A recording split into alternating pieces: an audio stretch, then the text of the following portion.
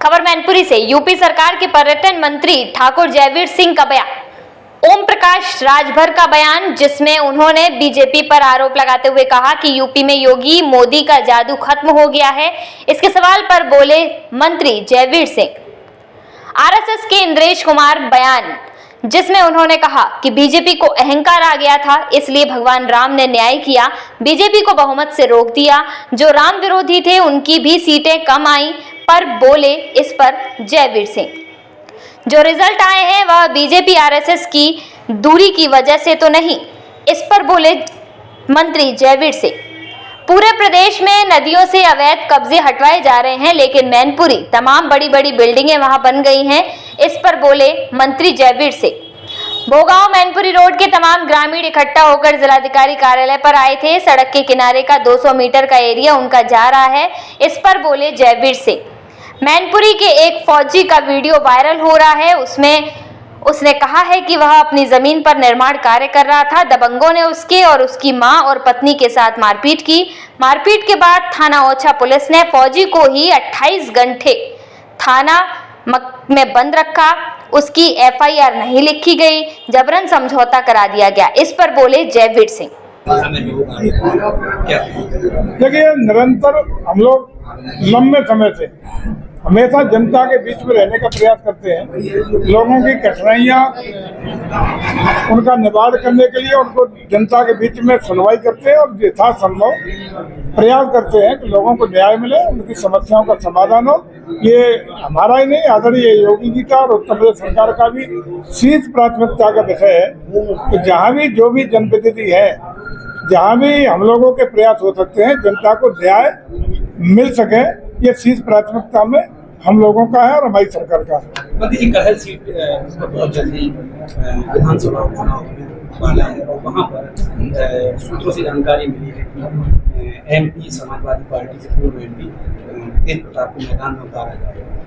आपकी तरफ से भी, बीजेपी की तरफ से काफी लोग अपना अपना दमखम का आवेदन कर रहे हैं, जिसमें सुभाष चैटर्जी के बेटे धीरेन्द्र यादव भी हैं। तो क्या लगता है कि अपनी बार जिस तरीके से अभी गणना का जो रिजल्ट आया है, जिसमें 57,000 के लगभग लीड लेके समाजवादी पार्टी जीती है, क्या उसमें कुछ हासिल होगा हम लोग?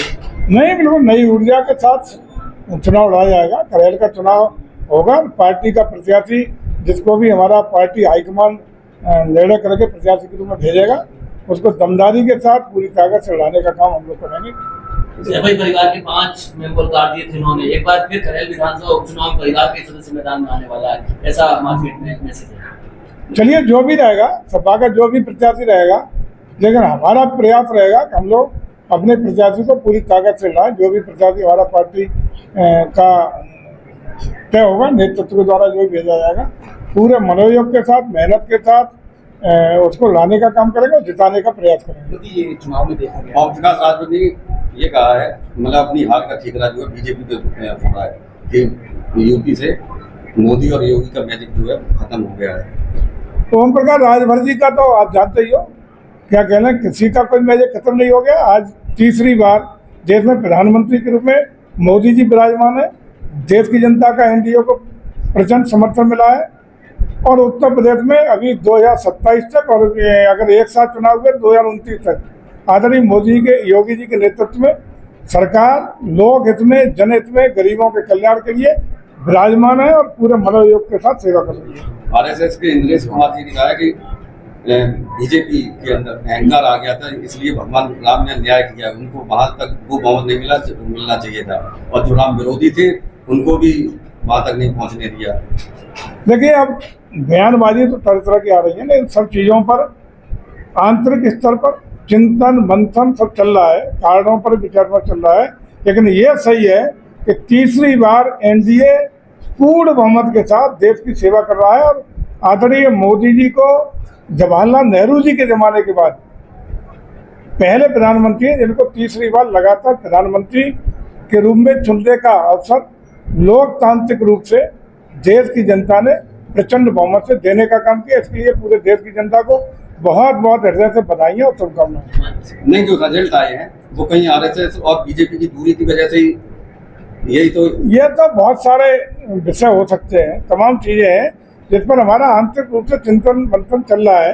ये कोई मीडिया का विषय नहीं है और न कोई सार्वजनिक इस तरह विषय है, लेकिन पार्टी हमेशा जीत के बाद भी, हार के बाद भी, हर स्थिति में चुनाव के बाद अपनी तरीके से चिंतन मंथन करने का काम करती मंत्री जी, पूरे प्रदेश में अब नदियों पर अवैध कब्जे थे जो तोड़वाए जा रहे हैं। ईशा नदी मैनपुरी में तमाम बिल्डिंगें बड़ी बड़ी बन गई हैं।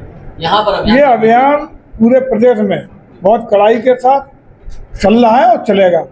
कहीं भी जो मैनपुरी हो प्रदेश का हिस्सा है, कोई भी प्रदेश का ऐसा भूमाफिया नहीं बचेगा जो नदी की जमीन पर कब्जा किया होगा, और जिसको अगर ऐसा है तो निश्चित रूप से कार्रवाई होगी, चाहे मैनपुरी हो, चाहे इटावा हो, चाहे हमारा बुंदेलखंड हो या पश्चिमांचल हो। मंत्री जी, मैनपुरी में अभी जो स्थिति राजस्व निकल के आई है, जिसमें खतौनी में 50% आंकड़ों में सिर्फ काम हुआ है, और चकबंदी विभाग में बड़ा भ्रष्टाचार निकल के आया था, जिसमें मुख्यमंत्री ने समीक्षा के दौरान 6 अधिकारियों के राज किया। देखिए, ऐसे अधिकारी चाहे चकबंदी विभाग के हों, चाहे अन्य विभागों के हों, चाहे कर्मचारी और अधिकारी हों, जो निठल्ले हैं, सरकार की अपेक्षाओं पर खरे नहीं उतर रहे हैं, जो निकम्मापन दिखा रहे हैं, ऐसे अधिकारियों की समीक्षा शासन स्तर पर हो रही है। कल भी तमाम अधिकारियों को चिन्हित करने का काम किया गया और कार्रवाई भी करने का काम किया गया है। आगे भी निश्चित रूप से ऐसे अधिकारी जो जनता के प्रति जवाबदेह नहीं है, जो जनता की दुख तकलीफों को नहीं सुन रहे हैं, या जनता की समस्याओं का समाधान ईमानदारी से नहीं कर रहे हैं, जानबूझ के परेशान कर रहे हैं, या कहीं भ्रष्टाचार में आकंठ लिप्त है या निकम्मापन दे रहे हैं, उन अधिकारियों पर कोई भी रू रियायत नहीं होगी, कार्रवाई होगी। अभी भोगांव मैनपुरी रोड के तमाम गांव के ग्रामीण इकट्ठा होकर आए थे, की बात चल रही है, उसमें सड़क से 200 मीटर का पूरा एरिया जो है उनका जा रहा है, इसलिए वो प्रदर्शन कर रहे थे। देखिए, मास्टर प्लान पूरे प्रदेश में सभी शहरों का मास्टर प्लान बनाने का निर्णय चल रहा है, और उसमें बहुत ही ताकि विकास की योजना को सुविचारित तरीके से और सुनियोजित तरीके से जनहित में, लोकहित में लागू किया था, कि इसके लिए वो प्लानिंग चल रही है। उसमें कुछ लोगों को आपत्ति, जो यहाँ का मास्टर प्लान तैयार हुआ है उसको लेकर कई बार सुनवाई भी हुई है, उस पर मास्टर प्लान को लेकर के कुछ लोगों की आपत्ति है। वही लोग आज अपना ज्ञापन लेकर यहाँ भी आए थे, उस पर चर्चा प्रशासन के साथ हुई है। उसमें जो भी न्यायोचित होगा वो कार्रवाई होगी, न्यायोचित तरीके से मास्टर प्लान लागू होगा। मंत्री जी, आखिरी सवाल, एक मैनपुरी के फौजी का एक वीडियो वायरल हो रहा है, जिसमें उसने कहा कि वो अपनी जमीन पे कुछ निर्माण कार्य कर रहा था, लेकिन गांव के दबंगों ने उसके और उसकी पत्नी के साथ और उसकी माताजी के साथ मारपीट की, जो कि आर्मी में ही थे उसके पिता।